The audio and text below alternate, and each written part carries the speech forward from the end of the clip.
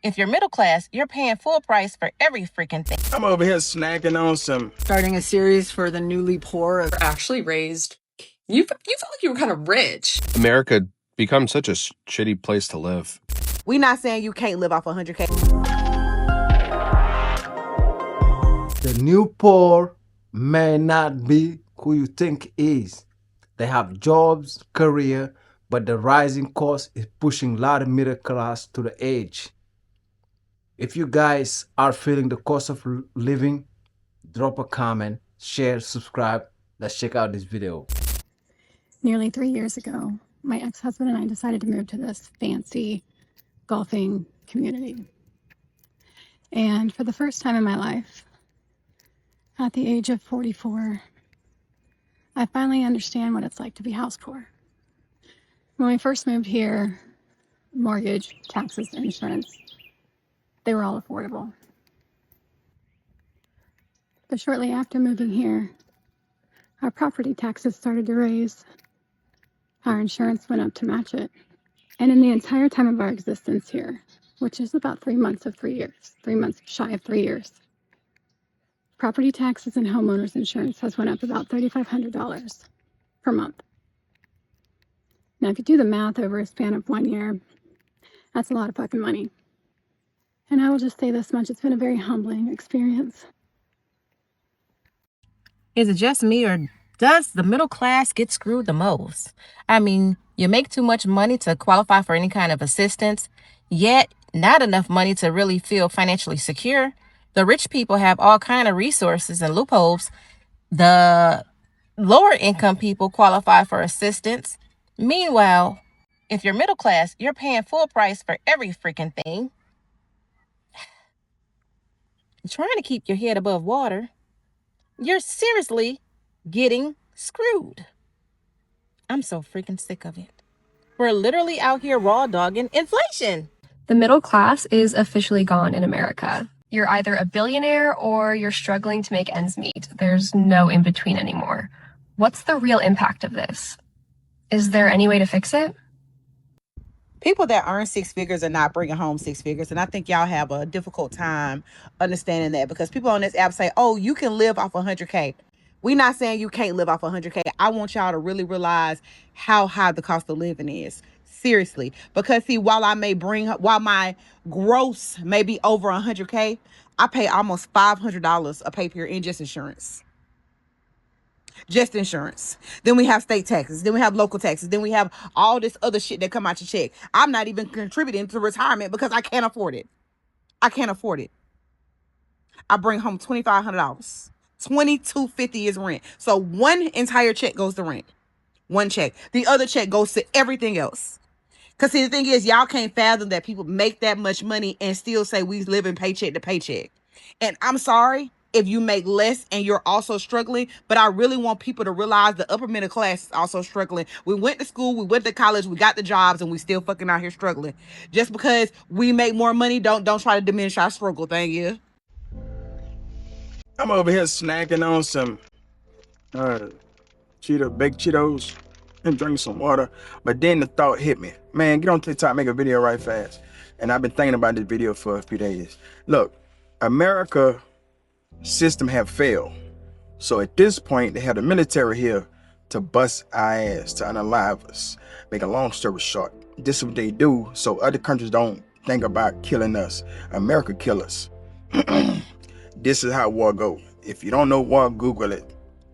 Look it up on World News or something. But this is what happens. So people, y'all need to prepare for this shit. Y'all need to get ready. And if y'all notice anything about the homeless people, y'all know there's new homeless people that used to be the middle class people. They the homeless people now. And the homeless people are dead already. Should I say unalive for TikTok? And no, allegedly nothing. This is facts. And Guys, when did America become such a shitty place to live? And don't tell me in the comments, oh, just move to another country. I kind of wish I could, just to check it out for a bit. I mean, if I had the luxury and the privilege and the freedom to just move to another country for a little bit, have a different citizenship, sure. Well, what I'm trying to say is, like, everything seems like a blame game. It's and I'm not here to blame the rich. It's not necessarily like rich people's fault. But why the fuck people shitting on poor people so often and so frequently and so hardcore and just blaming people and judging them? It's just like, bro, these people are tapped out as it is. Nobody wants to be poor. Being poor sucks, especially these days. It is expensive to be poor. People are living in their cars.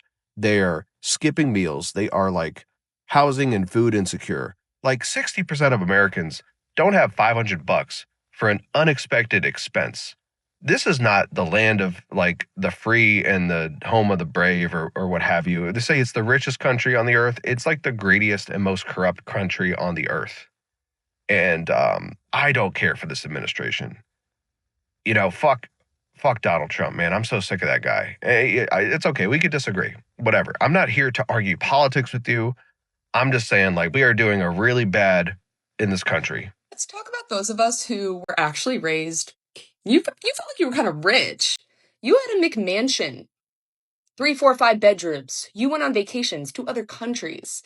Your parents had nice cars. My dad drove BMWs. My mom had big cars, Denali, Land Cruiser, best car ever. Stand by that. You kind of won it for nothing. You got the new iPod every Christmas. Very privileged, right? But now you're like, oh, I went to college. I actually went to grad school, and I'm living in my mom's house. And I'm drowning in rent and see no future for a down payment on anything. Especially if you're single. I have a boyfriend, but again, I lived that single life for a long time where I was like, there's no hope. Maybe you're even like me, and the only hope of being able to afford a rent is a partner. That's kind of sad, right? I'm going to hold your hand, truly, and make you feel a little bit better about your situation. Because guess what? That house my parents bought on Long Island, come to find out, Grampy paid for most of the down payment. Now, they weren't mooching. They were taking in my great-grandmother, but still. My uncle, like by marriage, who very successful, my aunt, super successful.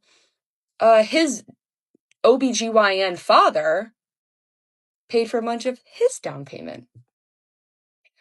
The grandparents, they're probably all dead.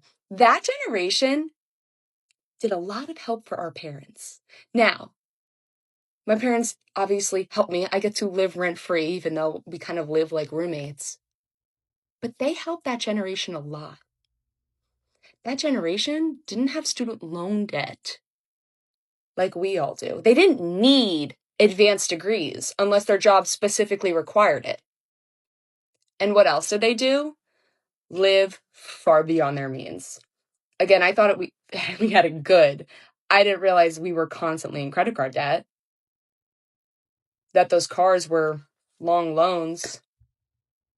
No, I did not know that. I did not know that we were in debt. Our parents lived beyond their means. A lot of them do not have significant retirement. My dad didn't have a 401k until my parents divorced 10 years ago. And he was nice and didn't take my mom's, which he could have. No, you can't, do not compare yourselves to their parents. I am aware of the statistic that specifically men are doing worse than their fathers in our generation. I totally understand that. But just know, oh God, I'm going to sound like just a boomer hater, but the boomers, they started 50 yards ahead of us in the 100-yard dash. They did not have this. Now, was it all great? Probably no. And the one thing that did humble them was 2008. But you are not a failure because you are not buying a house when you're at the same age that your dad bought his house. You are not a failure for wanting to push back having kids until you know you can afford them. That is a responsible thing to do. Best thing you can do right now, truly, is get out of debt and stay out of debt. That's all. I've been thinking about starting a series for the newly poor of how to be poor. Is that light on? Oh, it's not. And it's just little things. Like the main thing is if there's something that you use, like a product, shampoo, face wash, toothpaste, whatever it is you're using, cut it in half. Like squeezing out a line on your toothbrush. Nope, just a little tiny dot. You know, face wash. You got an inch long squeeze out of there. Nope, you can probably get by with half. use a little extra water, spread it to both halves of your face. Like you can save a lot of money that way. But the other thing that I wanted to share is that if you carry a purse or a bag around with you, there's a lot of places where you'll stop and go to the bathroom where they will have extra toilet paper rolls sitting on top of the toilet paper dispenser. And that's where you have your little bag and you just plop it right in. No one is going to be none the wiser, right? It's just the extra toilet paper that's sitting around on top of the thing that